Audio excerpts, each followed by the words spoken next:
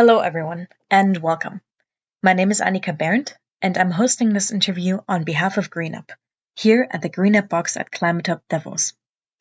GreenUp created this space as an open platform where practitioners can share solutions and turn ideas into action for a regenerative future. The conversation you're about to hear is a part of a series recorded in our on-site studio to support climate and sustainability reporting. Today, I'm joined by two wonderful guests working at the intersection of nature, finance, and sustainable development. First, we have Gita Syahrani, head of the executive board at Koalisi Ekonomi Membumi, which is the Earth-centered economy coalition in Indonesia. We also have Stefanie Inez, co-founder and partner at Equatora Capital, which is part of the Supernova ecosystem. Our conversation also connects to the discussions here at Climate Hub Davos this week, including on a session presented by Clare Mondial on how localized nature data can empower businesses and unlock finance, with a particularly interesting example from the cacao value chain in Indonesia. To start us off, I'd love if each of you could briefly introduce your organizations and the work that you're doing. Thanks so much. We're really thrilled to be having you here. Hi, my name is Gita Syahrani, and you can call me Gita, and I represent the Earth-Centered Economy Coalition. It's a coalition that has a big dream of helping Indonesia shift away from extractive industry and large-scale conventional monoculture. But if you want to shift away from something, you have to have an alternative, and that's why we're building responsible bioeconomy as an alternative value chain that can actually become one of the economic backbone for the country, but at the same time also become a climate solution from both mitigation and adaptation standpoint. This all might sound, jargonic, if that's the word, but essentially responsible bioeconomy talks about how you look at biodiversity utilization in a responsible manner. It's coffee, it's cacao, it's vanilla, it's things that you actually use on a day-to-day basis, but look at it as an opportunity to create value addition that is actually strengthening the ecological relation between human nature and each other and also the universe, and at the same time really resulting to growth that is fair, that is equitable, and just. So, hello, I'm Inez Stefanie. I'm the founder and managing partner for Supernova Equatora Capital. What we do is essentially we want to create a viable business model for a financial service provider for this alternative economy. Because we are building an alternative economy, the financial ecosystem needs to be revamped or rethinking. And what prompts me to be in this journey, because related to our session in data, is that I felt that most of the time the data, the reading or the interpreting part of the data doesn't necessarily including the subject. Thus, it has an inaccurate, probably rooted in the history, in the way people perceive things, and that actually trickles down to how we interpret our economy, our indicator of success. And Supernova Equatora Capital wants to be the one that challenge and redefining all those indicator of success that we hold all these times. Thanks for the intro. So both of you are really brilliant women with vast experience across the sustainable agriculture kind of sector, as well as really strong networks. I'm curious, what brought the two of you together, and what kind of a project are you currently collaborating on? So basically, Supernova Equatora Capital is one of our founding member at the coalition, and it all started from the shared dream in a way. At that time, Indonesia was hosting the G20 back in 2022, and what starking target that the country wanted to announce talks about how in 2040, the downstream investment target of the country, more than 90% actually, of that target goes into only 3 sectors: to coal, to mineral, and to oil and gas. And for us, it's not a comfortable narrative to know that less than maybe 8% goes into sectors that we can actually do much more responsibly, including agriculture, fisheries, forestry, and plantation. So the ask to the government at that time is, what if we have enough organizations that are already working on amazing things such as Supernova, Equatora, Capital as well? We can actually co-create another narrative that balances the extractive one. And that is how the coalition got started. And in the beginning, it was 15 organizations, and it grew since then. It represents kind of not only like a dream, but also a concrete, actionable pathway to actually act on it. So we talk about policy, we also talk about finance, we talk about enabling the companies themselves to actually grow in terms of capacity. We also talk about narrative and communication, and like what Inez mentioned, right? How do you measure success, and how do you make sure that the indicators that you're using to measure success actually resonate with the reality on the ground and the lived experience of the people around it? And yeah, so I think what brought us together here in Davos is, for me, it's about supporting the member. It's about communicating the shared project that we're doing together. One of them is on cacao value chain, for example, and showcasing what it means to have relationship beyond transactions and actually working in a collective manner. So, writing on that relationship. So, what concretely bring us here is our partnership with Claro Mundial, their advisory firm based in Zurich, Switzerland. We're introduced by our common supporters and donors, and they think that we can work together. For my part, I thought that my work only and solely belonged to Indonesia, but then I realized the systems are rooted much more, outside Indonesia. So when Claro Mundial team extend their warm invitation to come and really see, really to see the kind of system, the kind of another horizons that we see,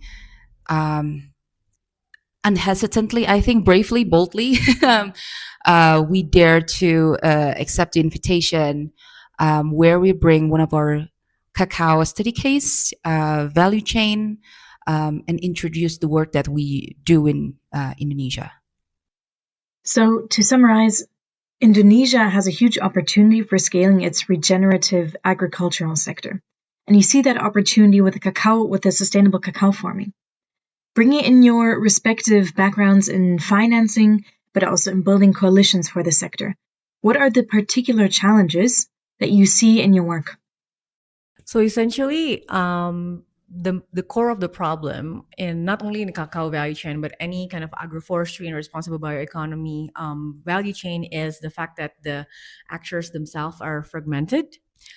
Essentially, what we mean by fragmented is either they don't know of each other's existence or they don't talk beyond transactions.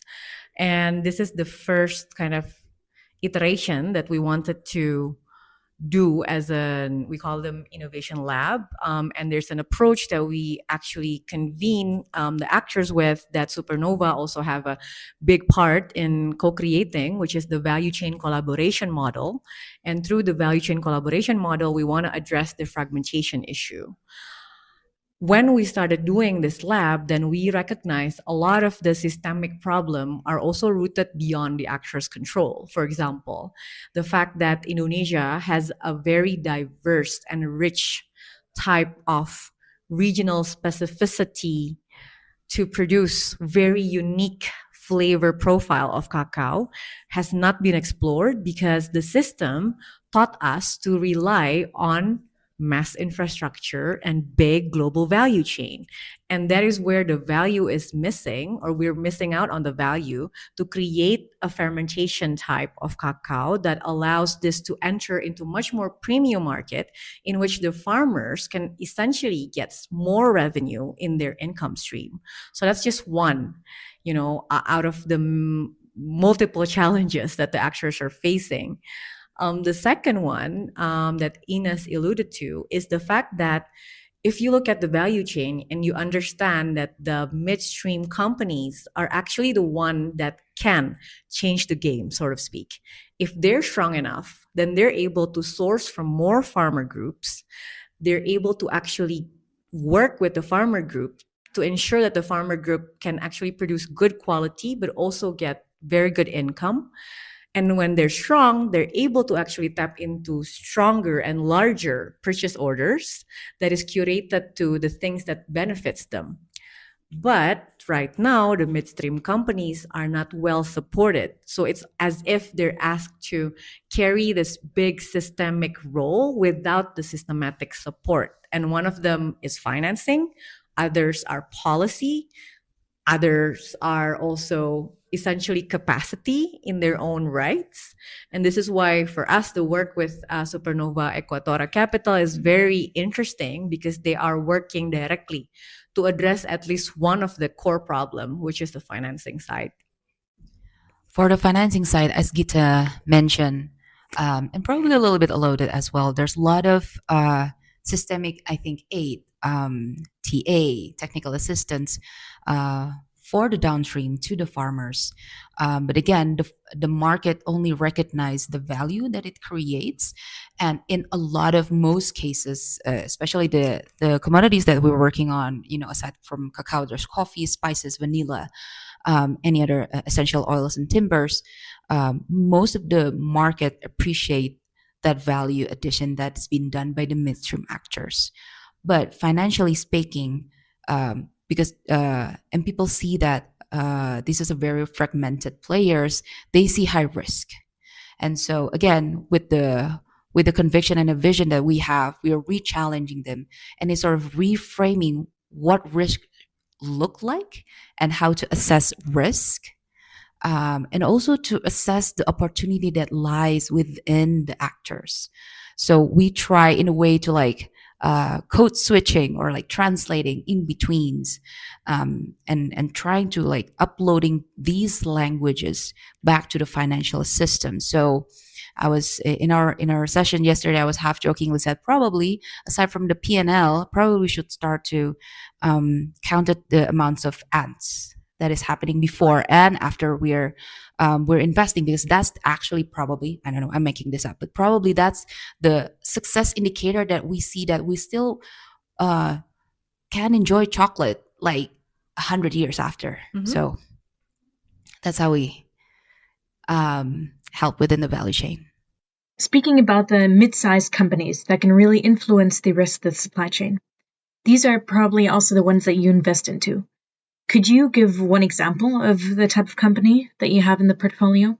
So Terfe, the cacao, Terfe chocolate is the owner of the case study that we're bringing into.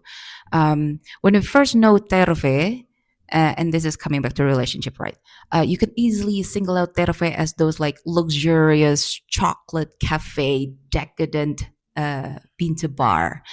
But we met with the owner, April, and we get to know her. We built a relationship with her, and by doing that, we also get to know her true vision behind Terfe.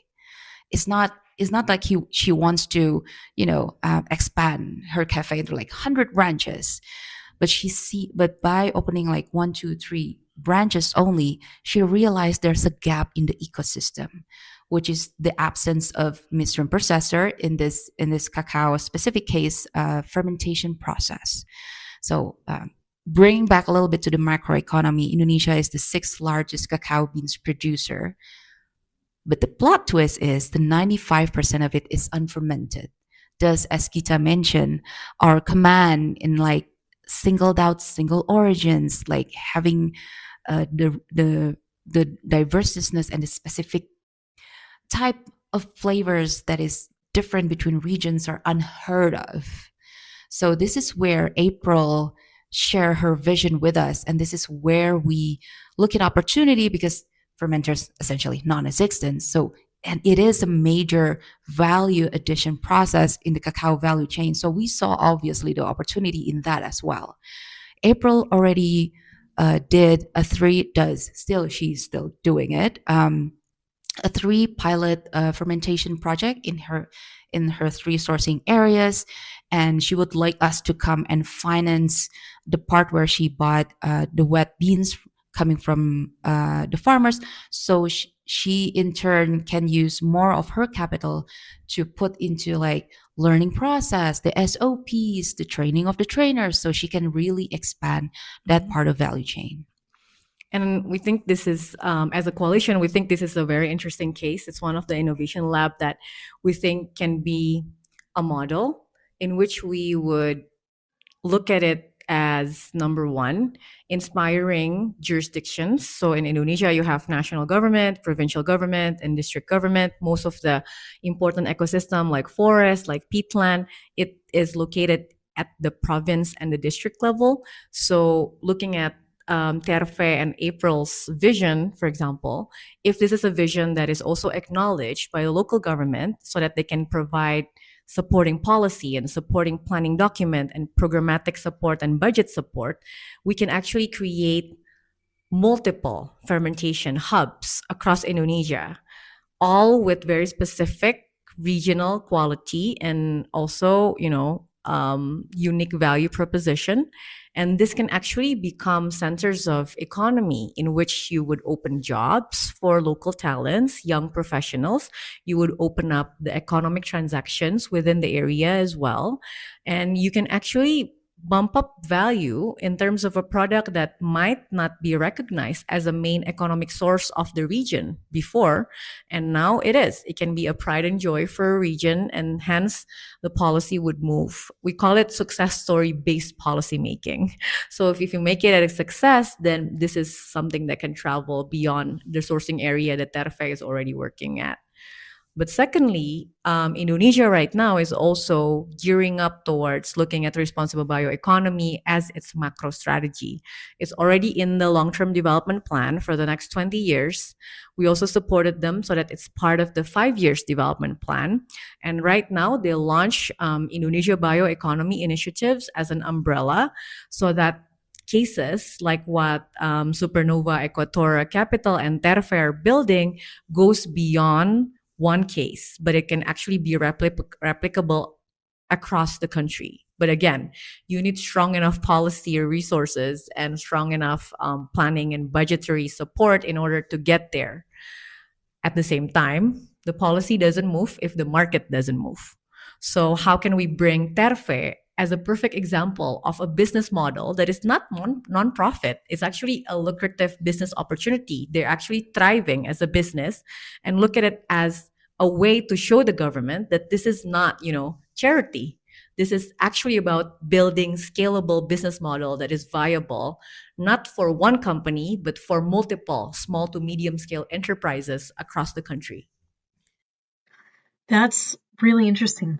I actually have two questions relating to some of the things that you just said. So I'm first of all really intrigued by your focus on building out sustainable cocoa farming in Indonesia, given that it's still such a small kind of part of the economy. And I'm really curious to hear how you came across that opportunity. And then kind of following up on what we spoke about regarding the challenges of the industry, what would you say, both for finance but also for coalition building, are the concrete next steps to really growing the sector? So I guess as an investor, it's always like buy low, sell high.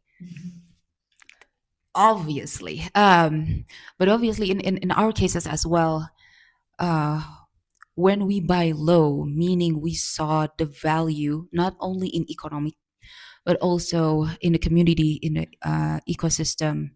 And while doing that, we also very cognizant that this shouldn't be like the next crops that could be like or should be monocultured, right? We are really, really cognizant on that. And we are so happy that April shared that vision with us. We made it clear with her since day one that we want to support cacao, but financially, it serves as a strong backbone where we have to diversify the risk as well. So cacao for us and for April, and we're on the same page, that is our gateway to diversify, meaning we will go beyond cacao.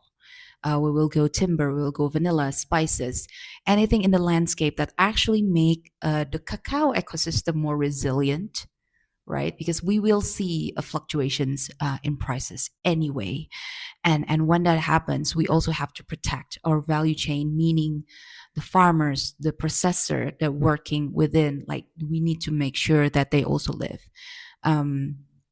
So this is the part where we make that clear within our portfolios as well. As Gita mentioned, so that's sort of like the long term where we want to go, but quickly is that we want to learn together with Terve in terms of setting up this value chain. So obviously, specifically fermentation, like what it needs to be, like like modeling or make a module out of what's a good fermentation process or team, and the business model. And we will see in other cases, for example, in coffee, in vanilla, in other spices, in essential oil, and see how this like tread into another high value addition process. That's for the portfolio, but for us also it serves as, okay, if how do we improve our products to have more midstream actors in different parts of the supply chain, in different parts of commodities, and make a blend out of it so that we also have a viable business model that's not only viable, but by the way, it's a prudent, have a robust governance as a financial institution. Yeah, just building on that in terms of blending things, right? So I think there's three main things in terms of how do we make it as a country game, or like it's a scalable so that the government and our nation takes it seriously. Number one is looking at it as a first attempt to blend available resources as well. Supernova can actually do what they do because somebody is taking the first loss risk. And to enable them to continue to do that, you cannot rely on commercial funding, for example. And this is where philanthropic can step in. This is where institutional donor can step in. This is where more patient capital should actually allow enablers like them to do what they do. But at the same time, we also have needs on the ground. For example, replanting that the farmer groups would need. This might be a perfect opportunity for public finance to come in. And through actually looking at it from this lens of blending, we can actually unlock the real money, which is the commercial side that needs de-risking, right, in order to get there. So the first step is to look at it as an opportunity to convince all actors that this is something that would work, and to paint a clear picture of how should they act in this ecosystem. Because sometimes you think it's seemingly simple, right? But not really. You have to actually do the trial first and then pinpoint roles for everyone. So that's the first one. The second one is actually looking at it as an opportunity to transform relationship. So to go beyond transactions into more relations means also more confidence in each other, which means more credible and accurate data. More credible and accurate data means, again, unlocking more resources. But to get there, we need to actually pay attention to things that are seemingly, again, simple, but it's actually a hidden infrastructure. It's talking about inner resilience in each of the individuals. It's talking about the inner resilience of the collectives. It's talking about things that people might not invest on, essentially the human themselves, and even, amazing change makers like Inez. How do we sustain their rhythm so that we can go a distance? So that's the second part. And the third, I already maybe mentioned how policy can actually become the uplift lever to the next step, and how we bring this as a case study, but also as a beacon of hope, so that the Indonesia Bioeconomy Initiative can become an umbrella where all of the actors can actually think about it collectively, but also act upon it collectively through better policy, better planning, better program, and better budgetary allocation at the national and at the jurisdictional level. So then, speaking about partnerships and bringing it concretely down to the level at Davos, what kind of partnerships are you hoping to make in this space? And how can the community support you in getting there? Yeah, I think just looking at the example of what happened after the session, and thank you so much for GreenUp and for bringing the Climate Hub together. It's a very encouraging space, so to speak. Right after the session, we got approached by at least 3 different partnership that we can act upon. Like number one, definitely transaction, how to bring in the actual product into EU market, and looking at it as an opportunity to introduce sustainable product from Indonesia, but at the same time also educating consumer in Europe in a meaningful way. So that is one. The second part is about the resource, right? We talk about data in the session, and we talk about how different type of data points are still lacking supporters. So another conversation of partnership that we're talking about is how do we look at data collection that is done directly by the community to look at biodiversity, their social capital, their cultural roots, how to get more finance into that, and how to partner up so that at the end it can become a benchmark for not only Indonesia's indicator but global indicators. There's talk about climate bonds and how to benchmark nature into the taxonomy and how to bring in all this interesting standpoint of like the population of ants, the population of butterflies into a financial assessment system. And the third is looking at it from the policy angle. How can we have Indonesia House in Davos right across of the Climate Hub? How do we bridge conversations? Because right now the conversations are not yet bridged. This is what I realized being in Davos, right?